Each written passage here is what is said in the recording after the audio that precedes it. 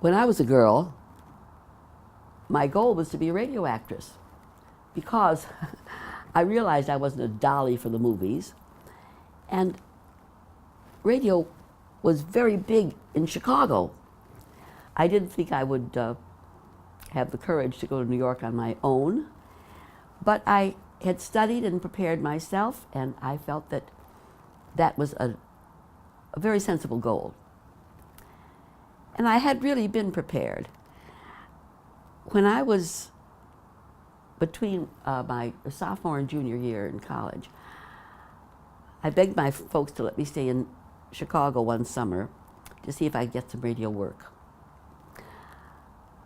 I stayed at the Three Arts Club, that wonderful big red brick building on the corner of Goethe and Dearborn. Greek Revival. It was like a women's hotel because in those days, this was the mid-40s, girls didn't live outside of their parents' home unless they were tramps. So young women came from all over the Midwest who were studying art, music, dance, and lived at this Three Arts Club. When I went in the summer, there were very few young women there because they all went home for the summer. Their courses had a summer break. The only people who were there were, who I felt were old. They might have been 35 or 40 teachers who came for advanced studies. It was successful in as far as I landed a few radio jobs. Radio was very popular in the drama in Chicago. We had lots of radio dramas, not soap operas, real dramas. And it was the hub of commercials. Actors were so busy that when the bridge would go up on Michigan Avenue, they couldn't get from CBS at the Wrigley Building to NBC in the Merchandise Mart fast enough because they were so heavily booked. It was easier to get auditions in those days and to be heard. Well, I landed a few jobs. One of them was a commercial and a couple of radio dramas. But I was so lonely because you have to figure that this was the mid-40s. The little rooms were not air conditioned and it was hot. I was on an upper floor and I would lie on my little bed looking at my little table and my little chair in this cramped room, thinking, oh, if I could only go out and get a cold drink or an ice cream soda.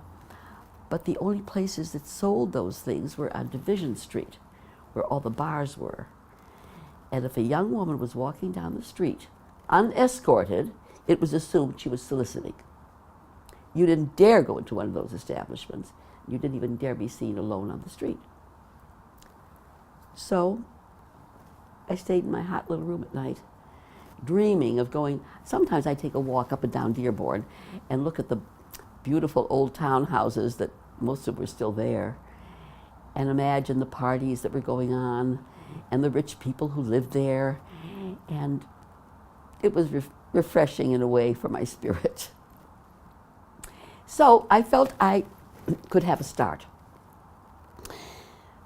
While I was still in Waukegan and my first child was an infant, a radio station opened up, a local radio station, WKRS. And I went to see them. Of course, first I had to learn how to drive. I wasn't driving yet. And this place was out on the highway.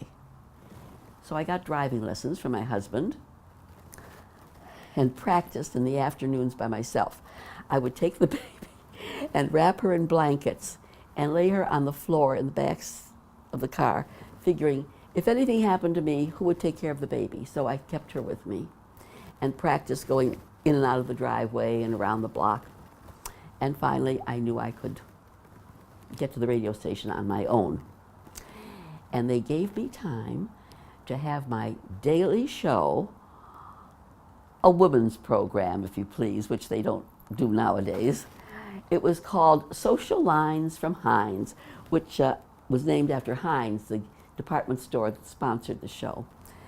We took news off of the ticker, women's news, and I interviewed people in Waukegan who were important, who would interest women's activities, women's club, women who were running for office, professors at the Lake Forest College, and we were able to fill a daily show, and they hired a young woman to write the scripts.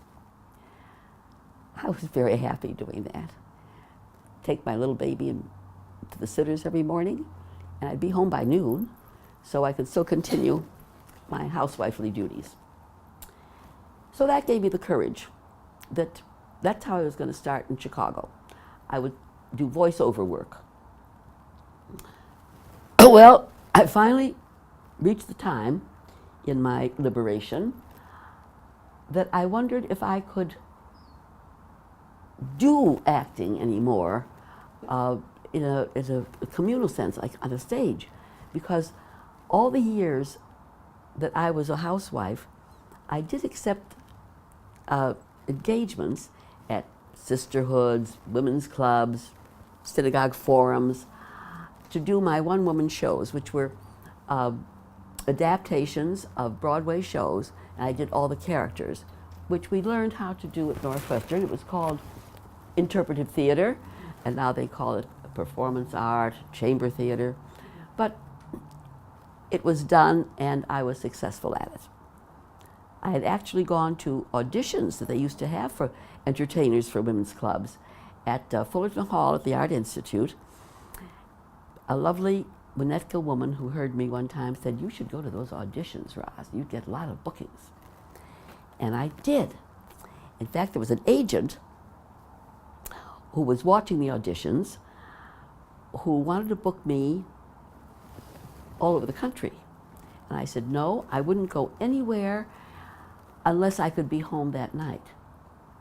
Where did I get the idea that I could never be home, but never be anywhere at night except home? But those were the restrictions that society and my own upbringing brought to me. You don't leave your husband and children to be out somewhere else. So he booked me anywhere I could fly in and fly home that night. I'd never been on a plane before. This was so exciting and interesting. And when I'd get to the town, which could be Omaha, Nebraska, Green Bay, Wisconsin, they met me as if a star was coming to town. Well, that's what I did when I was a housewife. But I felt, can I get back to acting, not giving myself my own cues? Because you get into bad habits. If you want to laugh in a certain line, you give yourself the setup before. So I joined a workshop. It was the only one in town. Ted Liss's workshop for actors. We did scene work. We did scenes with each other. And there were talented actors there who were doing television work, because television was now big. And I learned a lot, and I found that, indeed, acting is like riding a bicycle. It comes back to you. From then on, I felt, with the encouragement of my peers, that I should start taking auditions. One could find out what the theater schedule would be for a certain theater, what their plans would be for the following year. And if you thought that you could do any of those roles, you asked for an audition. And you sometimes were successful. There weren't a lot of places to work in Chicago at that time. The off-loop movement hadn't started yet, but it was beginning. The first off-loop North Side theater that was professional was the Body Politic, now they're out of business, and Victory Gardens. After that, they began to sprout up all over the North Side, and now all over the city. We now have 230 producing companies, most of them non-equity. That means not belonging to the theater union, but a place where young actors can come and get a resume and be cast in roles that will give them the confidence to go out into professional theater later. Well, all this was happening, and I was eager to be a part of the movement. There was a group of friends who were doing a workshop play, that is, a low-budget production, hoping that agents would come to see them. I was in that show. I was cast, and one of the top agents in Chicago, the top at that time, Shirley Hamilton, was in the audience, and she invited me to come to her office, and maybe she could do something for me. Well, what a thrilling experience that was. She took me on. They told me how to get professional pictures made and a voice tape, and it was a several $100 investment, but you had to have it. And I prepared myself that way. And sure enough, I began getting little jobs here and there. But this was not while I was in Waukegan. I had to wait till Highland Park before I could make the commute and could afford to do this, to afford help in the house so I could get away. Well, that's what I was doing threefold, trying to work 3 jobs at once. And thank God I had the health and stamina to do it. By the time my youngest child was married, I gave my ultimatum notice. I said, Sam, I'm retiring. I've had 13 years in the store. You're well established. And if you close the ladies' department, I don't care.